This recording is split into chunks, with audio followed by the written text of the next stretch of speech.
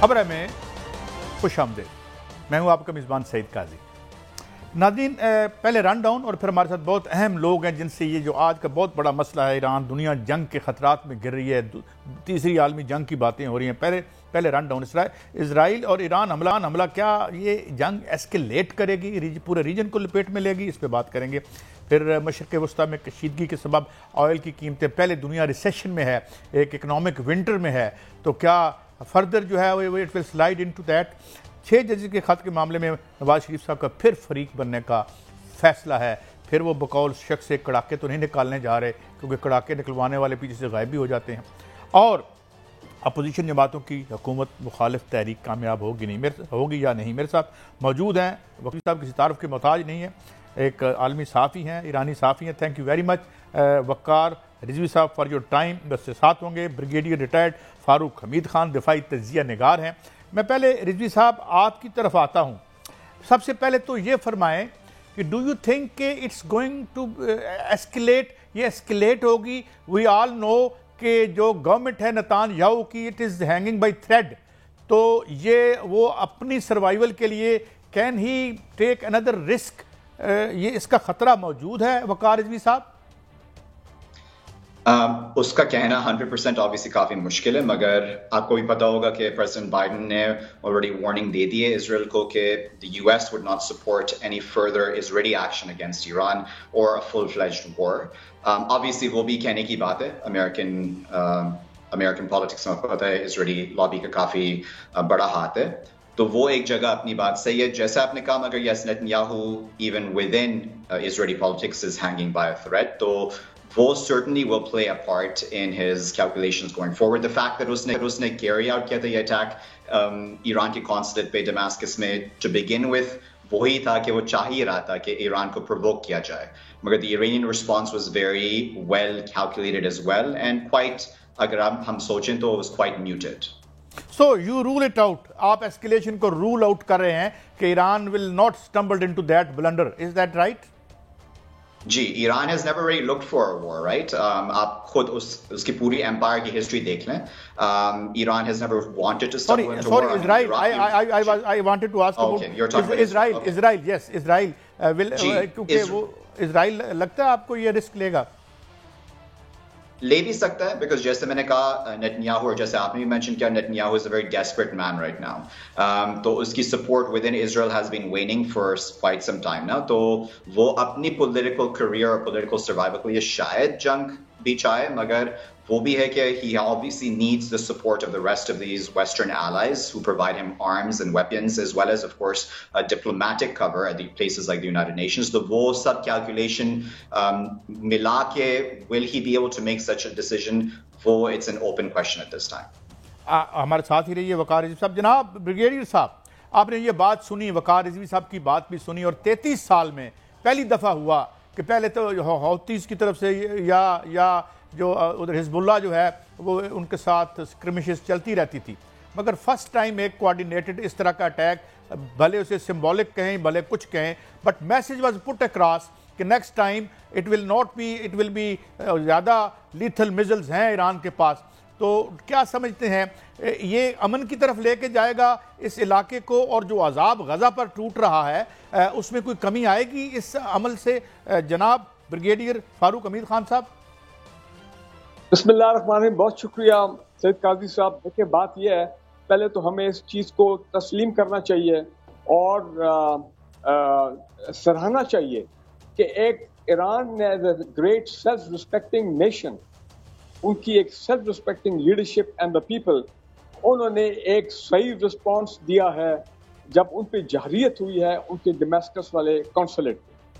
और ये आप नहीं कह सकते कि ये कोई बड़ा उन्होंने कोई ऐसे सिंबॉलिक, मैं आपसे एग्री नहीं करता हूँ कि एक सिंबॉलिक था उनका response. No sir, hundreds and hundreds of missiles and drones were fired on for the first time by Iran on directly on Israeli soil. वो कहते हैं इसराइलीज के जनाब 99% हमने गिरा दिए, चले मानते हैं, क्योंकि बरतानिया की एयरफोर्स भी इन्वॉल्व थी इनको गिराने में, अमेरिका के जहाज भी थे, जॉर्डन के जहाज भी थे, लेकिन अब वेस्टर्न मीडिया दिखा रहा है वो तमाम डैमेजेस, इंक्लूडिंग वो एयरफील्ड जहां से जहाज टेक ऑफ किए थे इसराइली एक कॉन्सुलेट को हमला करने के लिए डमास्कस में। सो अगर मैं और ये ईरानियंस खुद कह रहे हैं कि जी 50% हमने अपने टारगेट अचीव किए हैं। मैं कहता हूँ ईरानियंस का 50% टारगेट अचीव करना 3000 ऑफ किलोमीटर अवे, ये एक बहुत बड़ी game changer in the region. ये इसराइल के लिए बहुत ज्यादा मैं समझता हूँ शॉक एंड ऑफ इफेक्ट उनके ऊपर हुआ है। वो उनको समझ नहीं आई कि बेशक उनको आइडिया तो था कि एलाइज ने बता दिया था कि जनाब ये इंटेलिजेंस हम आपको वार्निंग दे रहे हैं कि ये आ रहे हैं आपके पीछे, लेकिन द फैक्ट कि Iranians went through the hit the targets जो और सिविलियन पॉपुलेशन को उन्होंने हिट नहीं किया। एक बच्ची जो है वो भी वेस्टर्न मीडिया दिखा रहा है कि वो प्रॉब्ली शी गॉट इंजर्ड, वो कहीं मिसाइल नजदीक गिरा। लेकिन अगर वो ये मिसाइल दागते टेल अवीव पे या और इसराइली सिटीज पे तो बर्बादी होनी थी वहां पे। और फिर उनको पता, लोग कहते हैं कि जनाब अब आपको समझ आई है, आपने इन एलाइज के साथ मिलकर आपने गजा में 33,000 फलस्तीनियंस को आपने शहीद किया, 15,000 बच्चे आपने मार दिए, नस्ल कशी की। तो जनाब मैं समझता हूँ इसराइल को ऐसा झटका लगा है। अब उनकी कैबिनेट ने क्या दिया है कि जी हम फौज को इख्तियार देते हैं कि आप रिस्पॉन्ड करें। ये एलाइज की जहां तक बात है, एलाइज जो हैं वो मिले हुए उनके साथ, ये सिर्फ पब्लिक ओपिनियन को बताने के लिए अमेरिका में और दुनिया में, क्योंकि इलेक्शन हो रहे हैं इस साल अमेरिका में, कि मामला किसी तरह कूल डाउन किया जाए प्रेसिडेंट बाइडेन के लिए कि नहीं हम उनको कह रहे हैं कि बस मत करें, don't retaliate to Iranian attack. ठीक, और चले ईरान भी कह रहा है वी आर डन विद, हमने जो करना था हमने कर दिया।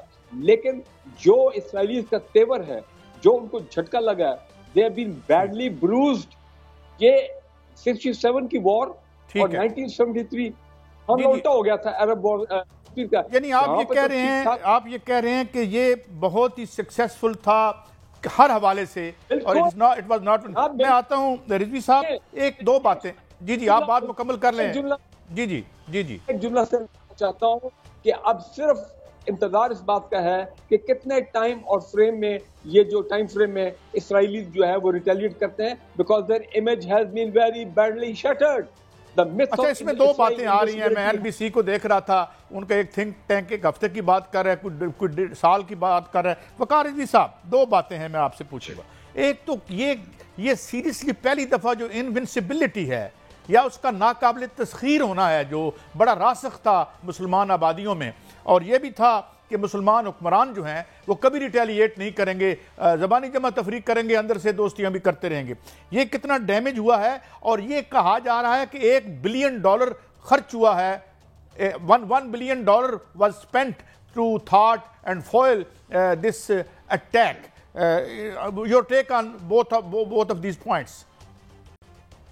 जी, सो इनविंसिबिलिटी के बारे में जो बात की ब्रिगेडियर साहब ने भी और जैसे आपने भी कहा है, just the fact that Hamas rockets can also break through the Iron Dome, as some of them have, जो हम लोग देख चुके हैं ever since ये जो specifically October 7th के बाद जो इसराइल ने हमला शुरू किया है गजा पे, that by itself shows that Iron Dome is not invincible, is not the perfect system. तो हमास के पास ऑब्वियसली वो टेक्नोलॉजी भी नहीं है जो ईरान के पास है, बहुत एडवांस टेक्नोलॉजी उनके पास। जो उन्होंने अभी वेपन्स यूज किए were weapons that are very well known by most, if not all, military experts around the world. So none of the weapons that were used were a surprise, but Iran has a lot more in its arsenal जो हम लोग जानते भी शायद नहीं हो। वो underground tunnels में जो उन्होंने मिसाइल्स स्टोर की हुई हैं, तो वो इनविंसिबिलिटी तो जैसे Israel already knew that it was not as invincible as it once was जब Hamas rockets broke through Iron Dome, even if it was just 1 or 2, तो ईरान की तो बहुत दूर की बात है, वो पहली बात। As far as Arab nations and not retaliating, we've already seen that ever since the Abraham Accords जो signed किए गए थे Israel के साथ, Khaliji countries, as well as the others that have peace, quote unquote, diplomatic relations and peace deals with Israel, such as Jordan. और हम लोग देख चुके हैं Jordan's role in the current situation as well, shooting down the Iranian drones and missiles as well. That's obviously an unhelpful role. और जी ये है कि obviously under pressure by the United States and other Western allies of these Khaliji and other Arab countries, they are putting pressure कि आप नहीं involve, आप नहीं pressure डालें Israel पे, be it when it comes to Gaza, be it when it comes to Iran or any other issues in that regard. And is this report right that about $1 billion were spent to foil these attacks? जी वो तो that's been widely reported as आप भी जानते हैं in both Western as well as other media. $1 billion was spent and this is at a time, Brigadier Saab ne say kaha कि of course this is an election year in the United States and President Biden has to step very carefully forward because he's already very, very unpopular, especially within the Arab/Muslim/ other population and other voting bases in the United States, even the peace movement, even Jews, peace-loving Jews within the United States do not now support Biden because of his actions during this Gaza war. So ab ye jo $1 billion kharch ho rahe hain at a time when the United States badly needs to spend money internally on its own infrastructure, on its own economy, on its own issues, this will obviously not go down very well with the general public in America itself. अच्छा, ये बात की और brigadier साहब तकरीबन 3-3.5 billion dollar की military add जो है वो इजराइल को मुहैया की जाती है। लेकिन आप ये फरमाइए कि एक बात जो रिजवी साहब ने बड़ी इंटरेस्टिंग आपने भी कहा कि इवन हमास जो है बड़े रूडिमेंट्री, उनके पास इतना असला नहीं है। उन्होंने वो जो डोम है, क्या कहते हैं उसे, वो जो एक है जिससे वो आयरन डोम जो है उसको पेनिट्रेट किया और जिस किस्म के हथियारों की तरफ इशारा कर रहे हैं वकार रिजवी साहब, जो कि शायद वो कहते हैं कि हमें इल्म भी नहीं है कि उनकी नेचर और कितने लीथल हैं, तो इट मीन्स के the balance is changing in the middle east, power balance. General brigadier साहब। बिल्कुल जी, इसमें कोई शक नहीं है। ना सिर्फ हमास बल्कि अगर आप देखें हिजबुल्लाह ने, ये जो अभी कोऑर्डिनेटेड अटैक हुआ है, एक तरफ से हिजबुल्लाह ने चंद घंटे पहले एक बैराज था मिसाइल्स का, उन्होंने भी फायर किया, जो उनके पास शॉर्ट रेंज के जो भी हैं फ्रॉम द लेबनान सॉइल, उन्होंने फायर किया। उसके बाद यमन को आप देखें, वो किस किस्म की कौम है, यमनी कौम को तो हम किसी खाता भी नहीं लाते हैं। वो हुतीज जो है वहां से बैठ के हजारों किलोमीटर, उनके पास भी जो भी टेक्नोलॉजी वाले मिसाइल है उन्होंने भी फायर किए। और फिर ईरान का ये जो मेन अटैक था, देखें बात बड़ी क्लियर है कि जो अरब कंट्रीज जो साइलेंट स्पेक्टेटर रही हैं, जाहिर बात है अब्राहम अकॉर्ड, उनके पीस ट्रीटी इसराइल के साथ वगैरह वगैरह, इवन टर्की आप देखें कोई उन्होंने खास बात नहीं की है। लेकिन अब ये आपकी बात सही है, अब इसराइल को अगर कोई चैलेंज है for total domination and hegemony in the Middle East and gulf, तो वो इन अरब कंट्रीज से नहीं है, बल्कि वो ईरान से है और ईरान के जो एलाइज हैं in the region, because Iran is emerging now as the military force. वैसे तो देखें ये बात भी सही है, ठीक है, उनका अपना उन्होंने किया और हमने फिर टेट फॉर टैट भी किया। ईरान ने हमारे ऊपर भी 2-3 मिसाइल मार दिए थे आज से 2 महीने पहले, लेकिन हमने भी with in 24 hours we hit back. So to tell them कि भाई हमारे साथ मस्ती नहीं करना आपने, तो वो ईरानी समझ गए। अब 5 दिन बाद तो ईरानी प्रेसिडेंट पाकिस्तान आ रहे 2 दिन के दौरे पे। बट हैविंग सेड दैट, ये जो ईरानियों ने किया है, उन्होंने एक मैसेज दिया है टू द इसराइली कि we will stand in your way for total domination in the Middle east.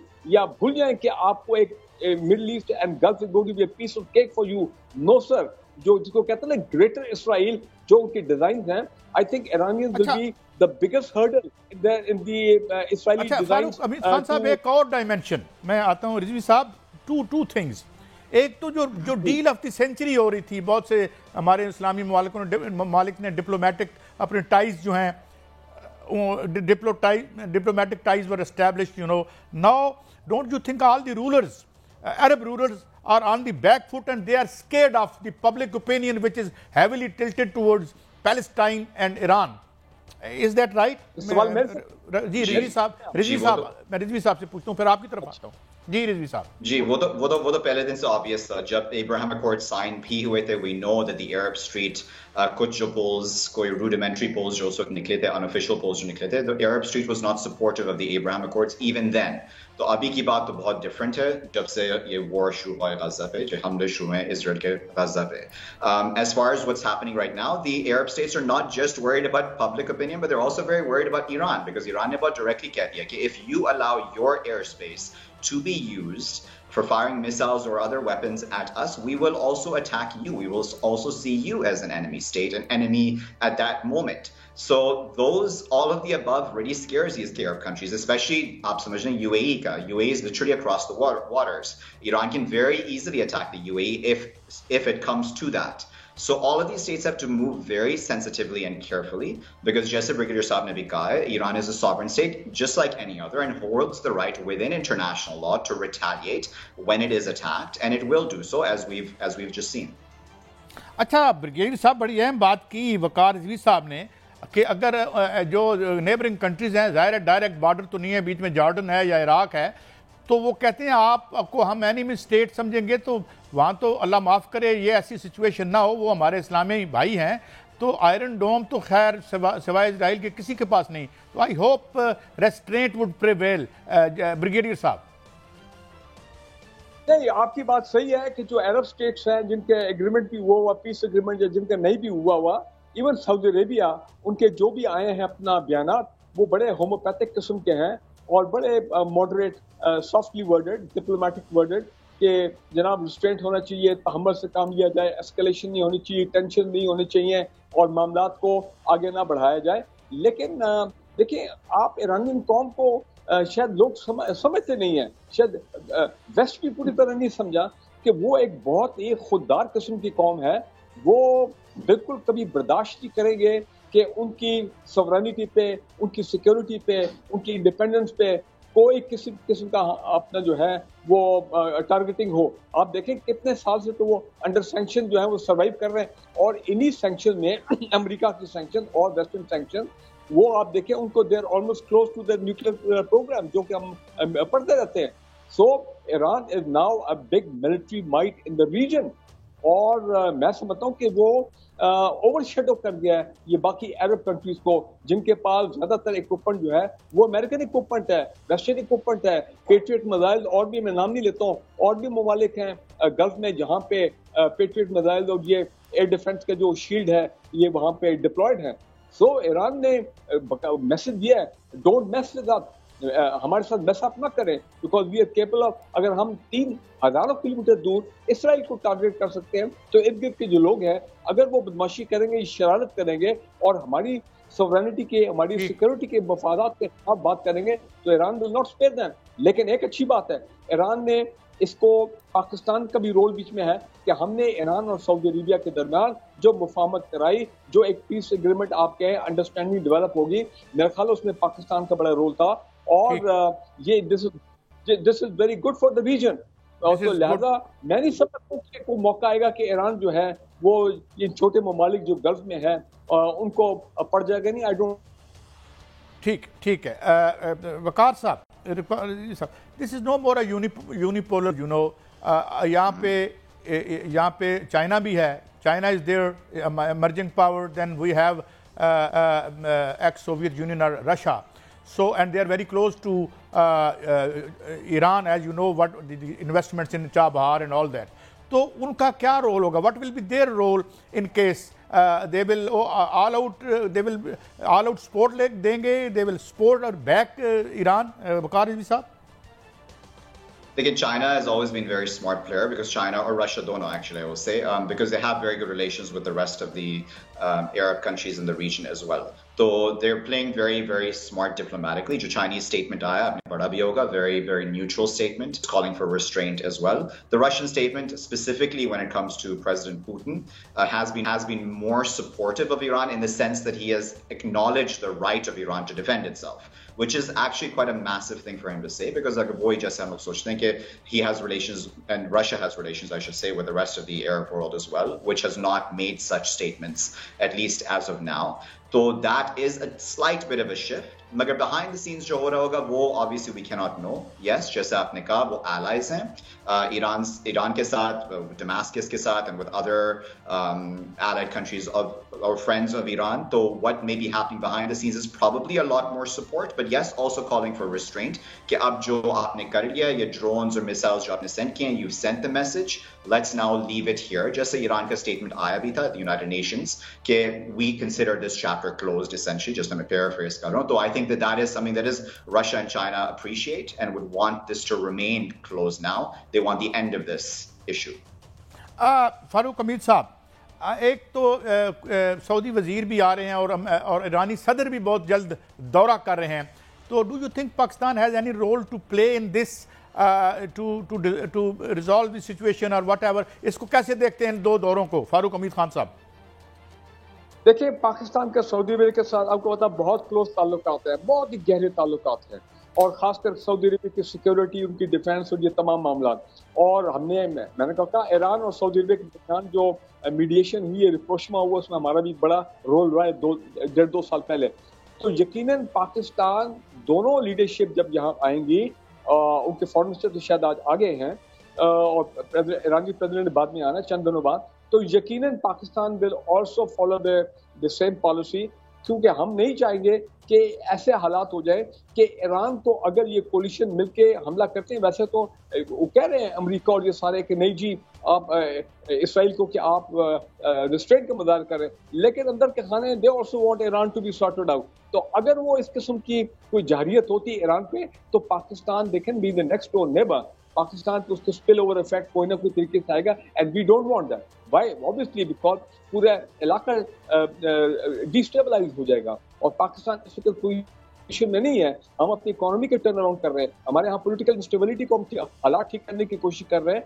तो लिहाजा मेरा भी ख्याल है कि हम किसी किस्म की advice other than telling them कि जनाब आप रिस्ट्रेंट का मुजाहरा कर रहे हैं, आपने मैसेज दे दिया, जो मैसेज है loud and clear to the Israeli, आइंदा से हमारे साथ पंगा नहीं लेना, ठीक है ना जी। तो लोग है, तो फिर इस दफा हमने 1000 मिसाइल मारा है, नेक्स्ट टाइम हम 3000 मारेंगे, और वो उनकी आर्मरी में, उनकी आर्सेनल में बहुत कुछ पड़ा है, जो कि जिस तरह बकार रीज़ी साहब भी कह रहे हैं कि ज्यादातर लोगों को मालूम नहीं है। सो ईरानियंस आर वेरी बड़ी बाय नेचर, देखिए ये कौम बड़ी एग्रेसिव है, बहुत एग्रेसिव है, और but they are peaceful, they have not invaded any right. लेकिन अगर आप इनको छेड़ राइट टू जो है अपना डिफेंड themselves, वो तो उनका है। ब्रिगेडियर रिटायर्ड फारूक हमीद खान साहब, थैंक यू वेरी मच। वकार रिजवी ईरानी साफ़ी थे, दानिशवर हमारे साथ थे, मौजूद थे। तो अंडर एस्टिमेट ना किया जाए ईरान को, और ईरान ने ये साबित किया है कि नाकाबिले तस्खीर नहीं है, कुछ भी नाकाबिले तस्खीर नहीं होता, और ख़ास तौर पर अब ये मैसेज इजराइल पहुँच गया।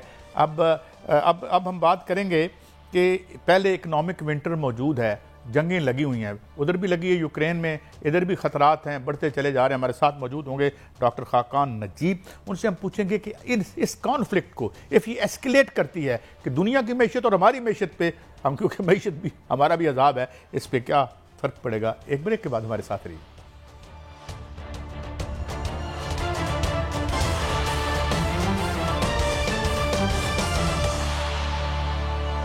वेलकम बैक नाज़रीन। हमें मारूफ मैशदान जनाब डॉक्टर खाकान नजीब साहब ने ज्वाइन किया है। डॉक्टर साहब thank you very much for your time. Doctor साहब मैं दो पहलुओं पे आऊँगा आपसे।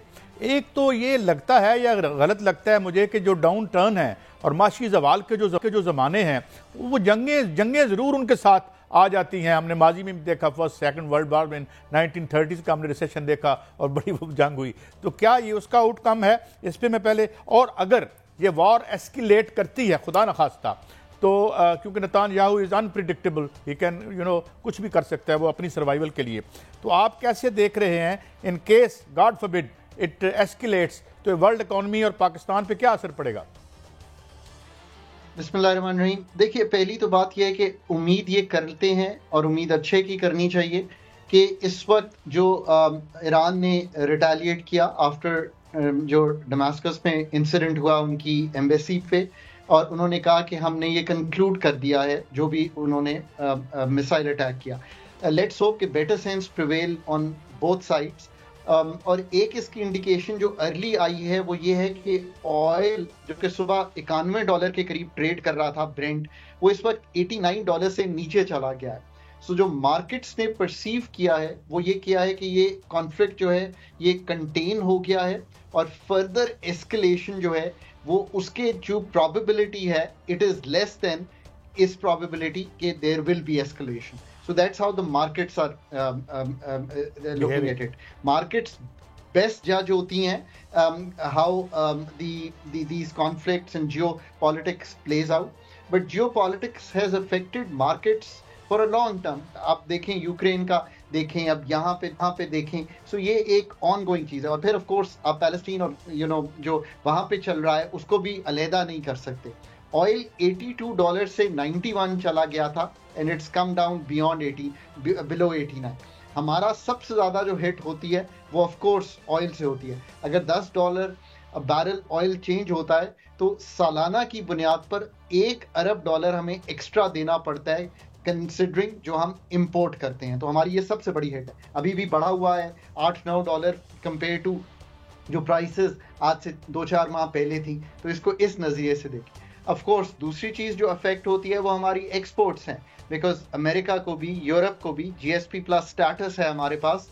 एक बहुत बड़ा चंक जो है पाकिस्तान की एक्सपोर्ट्स का जाता है और इस वक्त जो नॉन डेट क्रिएटिंग यानी कि एक्सपोर्ट वो पैसे हैं जो डेट नहीं क्रिएट करते, रेमिटेंसेस वो पैसे हैं जो डेट नहीं क्रिएट करते। हमारे लिए तो ये लाइफ लाइन है ना हजूर। कंपेयर कीजिए कि जो इस वक्त पोजीशन है IMF के फंड में है, $1 डॉलर जो है वो काउंट करता है। सो ये है एक ओवरऑल तनाजुल। बट इस वक्त जो स्टॉक मार्केट फ्राइडे को बहुत ग्लोबली गिर गई थी, 1 से 1.5% मार्केट्स नीचे आ गई थी। इस वक्त जो US फ्यूचर्स भी ट्रेड कर रहे हैं वो ऑन दी ग्रीन यानी कि on the upper side trade कर रहे हैं। Dow Jones is 0.43% plus. सो यही उम्मीद की जा रही है कि ये कॉन्फ्लिक्ट जो है वो रीजनली कंटेन हो गया है और इससे आगे नहीं बढ़ेगा and let's hope for that. But Pakistan पे इसका असर जो है वो तेल की कीमत की मद में आपने देखा कि हमें पेट्रोल इस वक्त भी पेट्रोल डीजल दोनों की कीमतों में रद्दोबदल करना पड़ा। मेरा ख्याल है कि 15 तारीख को फिर एक रद्दोबदल हमें करना पड़ेगा on the higher side because तेल बढ़ा हुआ है और ये हमारी इन्फ्लेशन को अफेक्ट करता है। डॉक्टर साहब माफी चाहता हूँ इंटरजेक्ट करूँ, कितना और तेल बढ़ेगा अभी, यानी कितना इजाफा आप एक्सपेक्ट कर रहे हैं? आज रात देखते हैं कि क्या ओगरा की वो आती है। जो इनिशियल है वो कुछ थोड़े ही रुपयों की है, बहुत ज़्यादा नहीं लग रहा कि बढ़ेगा, बट ये तो कैलकुलेशन पे डिपेंड करता है और किस प्राइसिंग पे बाइंग हुई है पिछले 2 हफ्ते में, ये उस पे डिपेंड करता है। बट लेट्स होप कि not a very big rise is in the offing और लेट्स होप कि $90 पे ये कैप हो गई है चीज़, सो दैट फर्दर राइजेस जो हैं वो नहीं आएंगे बिकॉज ये हमारी इन्फ्लेशन को अफेक्ट करता है और इन्फ्लेशन की वजह से मॉनेटरी पॉलिसी को टाइट रखना पड़ रहा है और ओवरऑल इकोनॉमी स्लो हुई है। इस सर्कल से हमें ऑफ कोर्स निकलना है और इकोनॉमिक ग्रोथ की तरफ जाना है आने वाले सालों में। लेकिन डॉक्टर साहब मैं एक तो सऊदी अरब आया है हमारे यहाँ वो और वो हमें पैसे देते हैं जो हम रख छोड़ते हैं, हम खर्च नहीं कर सकते। लेकिन डॉक्टर साहब मुझे ये बताएं फ्रेंकली विद दिस, मैं बार बार आपसे पूछता हूँ because this is very important कि इस एनर्जी की कीमत के साथ हम कैसे एक्सपोर्ट अपनी बढ़ा सकते हैं, और दूसरा ये कि ये कब तक हम मांगे तांगे के पैसे रख के तो है वो ये हम गाड़ी आगे चलाते रहेंगे? तो 2 बहुत फर्क और इम्पोर्टेंट बातें आपने की हैं। देखिए पहली बात यह है कि एनर्जी को रिकन्फिगर किए बगैर और इसकी तंजीम नौ किए बगैर, आसान लफ्जों में पॉलिसी हुकूमत ने अच्छी बनानी है, ये काम उन्होंने करना है। ऑपरेशन से हुकूमत को निकालना है। 22 अभी भी अदारे यानी कि डिस्कोस जेनकोस सब हुकूमत चला रही है, इसमें से निकालना है और नेपरा और ओगरा को बहुत बेहतर रेगुलेटर जो मार्केट मेकिंग कर सकें, कंपेटिटिव मार्केट बना सकें, बनाना है। हम इन तीनों चीज़ों में आपने बहुत सही पॉइंट आउट किया है, नाकाम रहे हैं। 5,700 अरब का सर्कुलर डेट जिसमें गैस प्लस पावर का शामिल है बना बैठे हैं। एक सेकंड में अगर एक्सप्लेन करूं, 100 अरब का छोड़ के गए थे पावर सेक्टर का डेट जो जनरल मुशर्रफ, 500 अरब का PPP, 1100 अरब का PMLN, 2300 अरब का PTI, 2500-2600 का PDM और अब 2700 का वो पावर सेक्टर सर्कुलर डेट है। तो ये तो मानिए ना कि हम नाकाम हो गए हैं इस मसले को हल करने के लिए। तंजीम नौ एनर्जी की करेंगे, बहुत से स्टेप्स लेंगे तो कम से कम जो कीमतों के बढ़ने की शरह है उसमें कमी की जा सकती है। इस वक्त एवरेज प्राइस 30 रुपए है, जो जुलाई में टैरिफ की गुफ्तगू हो रही है वो इसको 37 रुपए के करीब ले जाएगी। अगर इसमें टैक्सेस, PTV फी, बाकी कुछ ऐड करें तो शायद ये 60 रुपए को भी क्रॉस कर जाएगा। अच्छा डॉक्टर साहब एक और बात जो कि बड़ी इंपॉर्टेंट है, क्या कुछ ऐसी खबरें आ रही हैं क्या we are all set to get the next जो हमारा 24वां प्रोग्राम है गालबन या 25वां, आई डोंट नो 24वां शायद, उसमें कोई क्या हर्डल्स आ रही हैं और प्राइसेस और इन्फ्लेशन पे उसके क्या असरात होंगे इफ़ वी गेट दैट? और इससे पहले मैं अर्ज़ कर दूं कि एक ख़बर आई है कि एशिया में सबसे ज़्यादा बुलंद तरीन लिविंग कास्ट पाकिस्तान की है। तो how do you look at the coming days in the wake of this new deal with IMF? Doctor साहब, कितने तकलीफ की बात है कि हम 24वीं दफ़ा ICU के डॉक्टर के पास जा रहे हैं।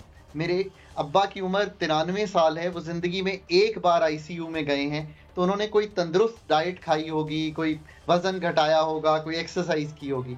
हमने ना पाकिस्तान की इकोनॉमी के फंडामेंटल्स को ठीक किया, ना हमने ग्रोथ स्ट्रैटेजी बनाई, ना हमने पाकिस्तान का फिस्कल का खसारा इस साल तीसरे साल इन रनिंग 7.5-8% के करीब होगा। एनर्जी सेक्टर ब्लीडिंग है।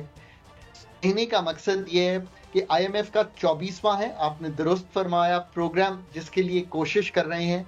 मेरा ख्याल है जून जुलाई में हम इसके करीब पहुंच जाएंगे। ये कोई बहुत ही तशवीश तलब बात है कि आप अपनी इकोनॉमी का कंट्रोल IMF को दे रहे हैं 24वीं बार। और इससे भी ज़्यादा तशवीशनाक बात यह है कि आपने ज़िंदगी में एक दफ़ा उनका प्रोग्राम जो है, जो तय किया था, वो कंप्लीट किया, जो एक्सटेंडेड फंड फैसिलिटी 2013-16 की थी। So even when we agreed reforms with them, we never completed.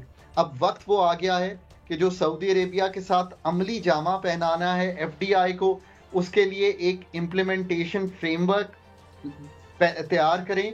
जो पाकिस्तान का IMF का प्रोग्राम है, मैं ये फिर कहता हूँ, ये पाकिस्तान का प्रोग्राम है, इसके खतो खाल लिखें।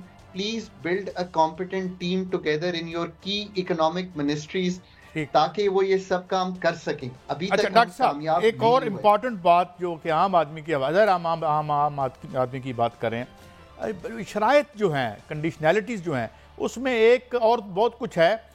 पेंशन्स की बात हो रही है कि जी ये बहुत बड़ा, खान साहब भी कहा करते थे कि जो हमारे यहाँ एक कि जी pension, do you think these pensions are in danger? You know, ये हमें कंप्रोमाइज़ करना पड़ेगा नेक्स्ट डील के लिए?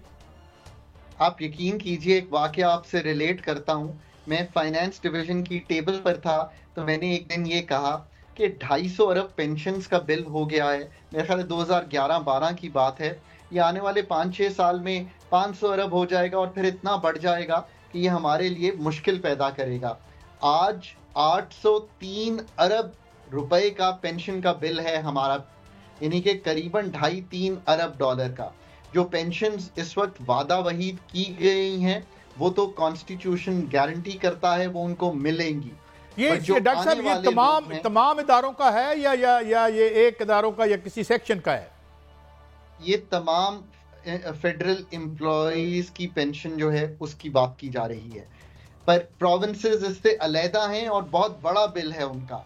सो आप खुद इमेजिन कीजिए कि ये कंटिन्यू करना अब नामुमकिन हो गया है। फेडरल फिस्कल फ्रेमवर्क इतना डिस्टर्ब्ड है, उसकी एक तंजीम नौ के लिए पेंशन का रिफॉर्म इस तरह होगा कि अगर आप कल नई नौकरी लेने आए हैं तो आपकी पेंशन का बोझ सरकार इस तरह नहीं उठाएगी, बल्कि एक पेंशन फंड बनाया जाए और उसकी मैनेजमेंट में पैसे डाले जाएं और वो मैनेजमेंट प्राइवेट सेक्टर को दी जाए ताकि वो स्टॉक मार्केट में गवर्नमेंट के बिल्ड्स में इन्वेस्ट कर सके।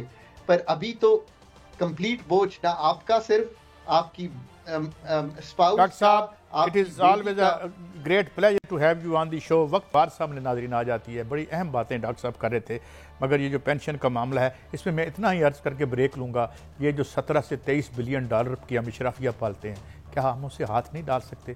ज़रूर नवाले हमने अपनी आवाम के मुंह से ही छीनने हैं, जो हम छीनने चले जा रहे हैं, और ये सस्टेनेबल नहीं होगा। एक ब्रेक के बाद हाज़िर होते हैं। हमारे साथ मौजूद होंगे brigadier senator retired Abdul Qayyum साहब, जनरल साहब। उनसे हम गुफ्तगू करेंगे सियासत पर भी और ये जो जंग का मामला है। हमारे साथ रहिए।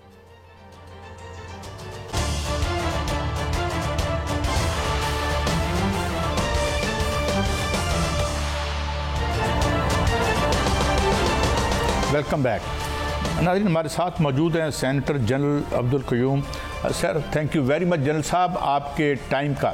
जनरल साहब, आपसे हमेशा गुफ्तगू तो हमारी सियासत के मौजू पे होती है, क्योंकि आप एक्टिवली सियासत में हिस्सा ले रहे हैं, लेकिन ज़ाहिर है आपका एक बैकग्राउंड है, फ़ौज में आप जर्नैल रहे हैं। तो मैं आज थोड़ा सा यानी मुनासबत के साथ, पूरा रीजन जो है वो एक जंग के ख़तरे में है, और अभी मैं NBC की रिपोर्ट देख रहा था जिसमें एक थिंक टैंक कह रहा है कि इस हफ्ते ईरान पर अटैक का जो है वो इरादा है नेतान्याहू का, वो नहीं मान रहा, ना बाइडन की ना किसी और की। तो ये जो एस्केलेशन हो रही है, ये पावर का बैलेंस आप क्या देखते हैं? ईरान भी बड़ी फ़ौज है, 3 गुना बड़ी फ़ौज है उससे, और उनके पास भी ट्रेडिशनल तो खासे वेपन्स हैं। How do you look at this conflict और how it would it end up, और इस रीजन और दुनिया पे क्या असर होगा अगर ये नेतान्याहू बाज नहीं आता तो? जनरल साहब। देखें, ये काई साहब, इस वक्त दुनिया में तकरीबन 4 फ्लैश पॉइंट्स हैं जो कि न्यूक्लियर वॉर में तब्दील हो सकते हैं। वो उसमें एक ये यूक्रेन वाली बैटल था, एक साउथ चाइना सी के अंदर जो कंटेनमेंट चाइना की और ताइवान से रिलेटेड इश्यूज हैं, ये अंगारियां दबी हुई हैं। यूक्रेन वाली तो फटी हुई है, लेकिन ये जो साउथ चाइना सी वाली टेंशन है। और दूसरी 2 जो मोस्ट इम्पॉर्टेंट है, वो एक पैलेस्टाइन का है और चौथा जो है वो कश्मीर का है। ये ऐसे रीजनल इश्यूज हैं जिनसे, लेकिन एट द सेम टाइम जो बैनुल-अक़वामी ताकतें हैं वो ये समझती हैं कि अभी बैनुल-अक़वामी माहौल में कुछ तब्दीली भी है। तब्दीली ये है, अभी जो नया जो दौर है उसमें एक तो टेक्नोलॉजिकल एडवांसमेंट्स हैं, पिन पॉइंट हिट करके तबाही और बर्बादी की जा सकती है। फिर न्यूक्लियराइज्ड हैं रीजन्स, और इवन टैक्टिकल न्यूक्लियर वेपन भी अगर यूज किए जाए तो जो इंसानियत है उसकी तबाही होगी। नहीं, आप जनरल साहब समझते हैं कि इजराइल जो है, इजराइल टैक्टिकल न्यूक्लियर वेपन से स्ट्राइक कर सकता है ऑयल इंस्टॉलेशंस पर या जो न्यूक्लियर फैसिलिटी है, क्योंकि ईरान ने अभी तक एटमी धमाका तो नहीं किया। नहीं, देखिए, मेरा तो ख्याल नहीं है कि ये होगा, और मैं ये भी समझता हूँ कि इजराइल भी ये जो गिदड़ भपकियाँ हैं वो कर रहा है, because Israel is a spoiled child. आप ये देखें, इस वक्त दुनिया में 2 एक्सेस हैं। एक है एक्सेस ऑफ रिप्रेशन, जिसमें अमेरिका पीछे है और Israel actually is dictating terms, और बरतानिया और फ्रांस कुछ हद तक उनके साथ है। और दूसरा है एक्सिस जो है वो आगे से डिफेंस वाला, या जो अपनी डिफेंस करता है, उसमें ईरान है, हिजबुल्ला है और हमास है और हुतीज है। ये आगे से उनको रोकने वाले लोग हैं जो कि अपने तौर पे करते हैं। तो ये अगर चांस कोई भी लेगा ना, अमेरिका को ये पता है कि वो दिन गए जब वो यूनिपोलर वर्ल्ड के अंदर एक सुपर पावर कर रहा था। अभी उनकी भी जो फाइनेंशियल सेंटर ऑफ ग्रेविटी है वो वेस्ट से मगरब से मशरक की तरफ आ रही है, और ये एशियन सेंचुरी है, और इसमें चाइना और रशिया कंबाइंड जो है वो एक बहुत बड़े प्लेयर है। तो इसलिए मेरे ख्याल में इजराइल अभी कह तो रहा है, लेकिन अमेरिका उसको मना कर रहा है और कह रहा है कि अगर आप कुछ करोगे तो मैं साथ नहीं हूंगा। साहब, इसमें मैं चाहता हूँ खतरा ये है कि उसकी गवर्नमेंट जो है थ्रेड से लटक रही है। नेतान्याहू इज वेरी अनपॉपुलर, उसके खिलाफ लाखों लोग निकले हैं और वो पावर से निकलते हुए जेल में जाएगा। चुनांचे वो सारी जो दरिंदगी कर रहा है वो तो सिर्फ अपनी सर्वाइवल के लिए कर रहा है, क्योंकि अगर वो पावर से बाहर जाता है तो he will end up in jail. तो इसको बचाने के लिए, और वो उनके अमेरिका के कंट्रोल में भी नहीं है। या ये आप ठीक कहते हैं कि जब कई लीडर इंडिविजुअल फैसले करते हैं और वो ऐसे डिवास्टेटिंग होते हैं। आप देखें कि पहली जंग अजीम कैसे शुरू हुई कि आर्च ड्यूक फर्डिनेंड को कत्ल हुआ और कोई पता नहीं था कि जंग शुरू हो जाएगी, और जंग में करोड़ों लोग लुकमा अजल बने। दूसरी जंग अजीम के अंदर भी एक बंदा हिटलर था, उसकी अपनी सोच थी और उसके मुताबिक सब कुछ हुआ। तो फिर हिरोशिमा और नागासाकी पे जाके बात खत्म हुई। तो नेतन्याहू अगर कोई ब्लंडर करेगा भी तो आई एम श्योर कि चूंकि अभी माहौल बैनुल-अक़वामी सतह पे लड़ाई का नहीं है, ना अमेरिकन चाहते हैं ना चाइना चाहता है। अभी जो मॉडर्न जो बज़वर्ड है वो इकोनॉमी है और प्रॉस्पेरिटी लोग चाहते हैं, और उनको पता है टेक्नोलॉजी इतनी एडवांस है कि अगर ये जंग शुरू हुई, खित्ते में भी शुरू हुई, तो इसके शोले ग्लोब को भी लपेट में लेंगे और ये किसी के लिए फायदेमंद नहीं है। तो इजराइल के ऊपर बहुत प्रेशर है। अभी तो प्रेशर से पहले तो सिर्फ मुसलमान दुनिया में कुछ मुल्कों का था, अभी यूरोप से भी है, अमेरिका से भी है, इवन यहूदियों का भी है। और जो उनके मुल्क के अंदर भी मुजाहरे हो रहे हैं और बाहर भी जो यहूदी हैं वो भी कह रहे हैं कि नेतन्याहू जो है ये जिसके खुदकुश हम हमले कर रहे हैं और इससे अग्नि देखिए ना, उसने ईरान के ऊपर हमला किया ना, उनके बंदे मारे, नेशनल गार्ड के जो लोग हैं उनको, उनके जनरल्स को हलाक किया।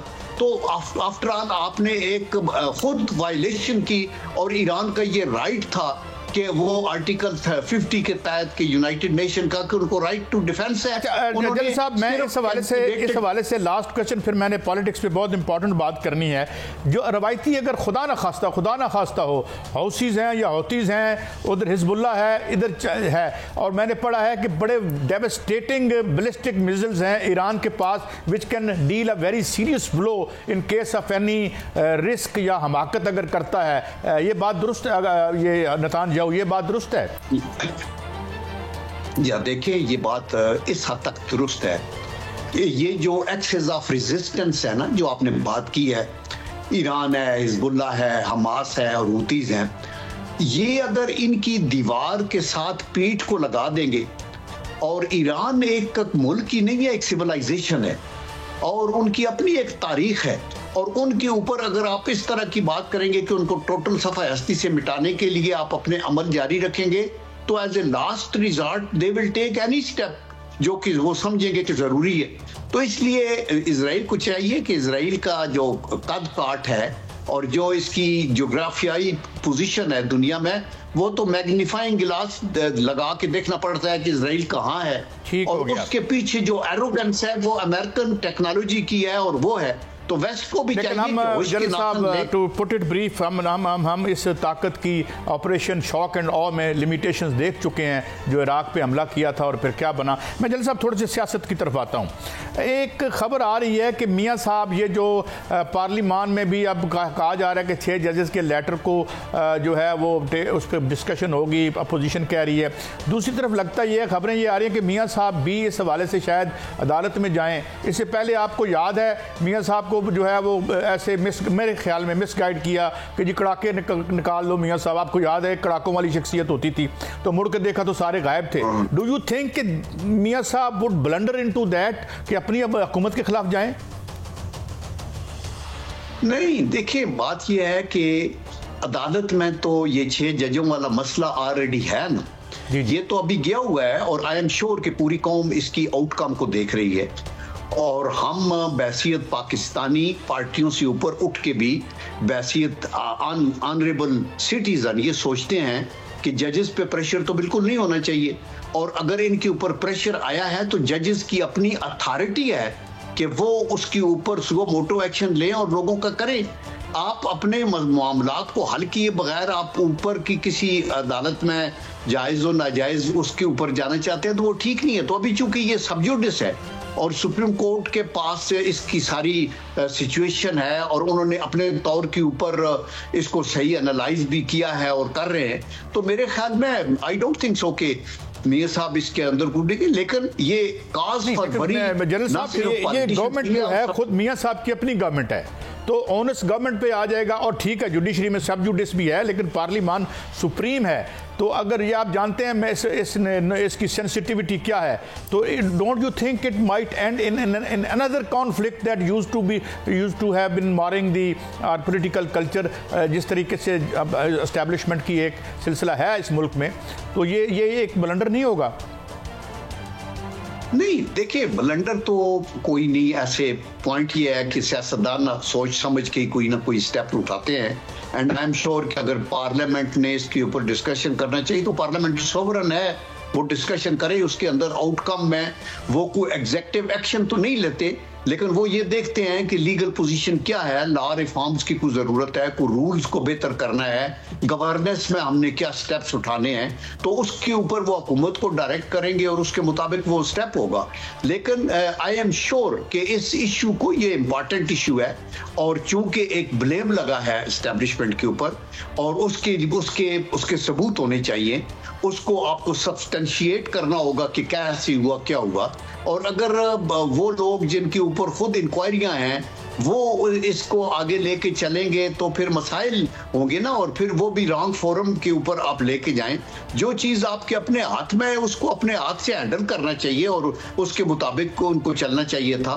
तो आई डोंट थिंक सो कि कोई इतना बड़ा धमाका इसके ऊपर होने वाला है, लेकिन ये ज़रूरी बात है कि हमें अपनी जहाँ हमें पार्लियामेंट अजीज़ है वहाँ हमें अगर मुकन्ना अदलिया का भी एक बहुत बड़ा रोल है, और अदलिया को तहफ़्फ़ुज़ भी हम पूरी कौम ने भी और पार्लियामेंट ने भी देना है, ताकि वो इंडिपेंडेंटली अपने फैसले अल्लाह ताला को हाजिर नाज़र करके दयानतदारी के ऊपर दे, और ऐसे फैसले दें जो पोस्टेरिटी के लिए बेहतर हो पाकिस्तान के लिए, और उसके अंदर कोई होल्ड्स बार्ड नहीं होनी चाहिए, इंसाफ के ऊपर फैसले हों। गलत इल्ज़ामात एक दूसरे पे लगा के हम अपने कद काट को बढ़ा नहीं सकते। इसलिए आई एम श्योर कि इस मसले का हल भी कोई बेहतर निकल आए। जनरल साहब, thank you very much for your precious time and your valuable contribution. General बयूम साहब से हमने दोनों हवाले से बात की। पहला हिस्सा ये था कि Israel will not blunder into it, क्योंकि फिर हमने अमेरिका का हशर जो है वो इराक़ में भी देखा हमने, और ईरान में, अफ़गानिस्तान में भी देखा। ये था हमारा, और मियाँ साहब बहरहाल देखते हैं वो क्या करते हैं और ये इसका नतीजा क्या निकलेगा। ये था हमारा आज का शो। इजाज़त दीजिए, अल्लाह हाफ़िज़।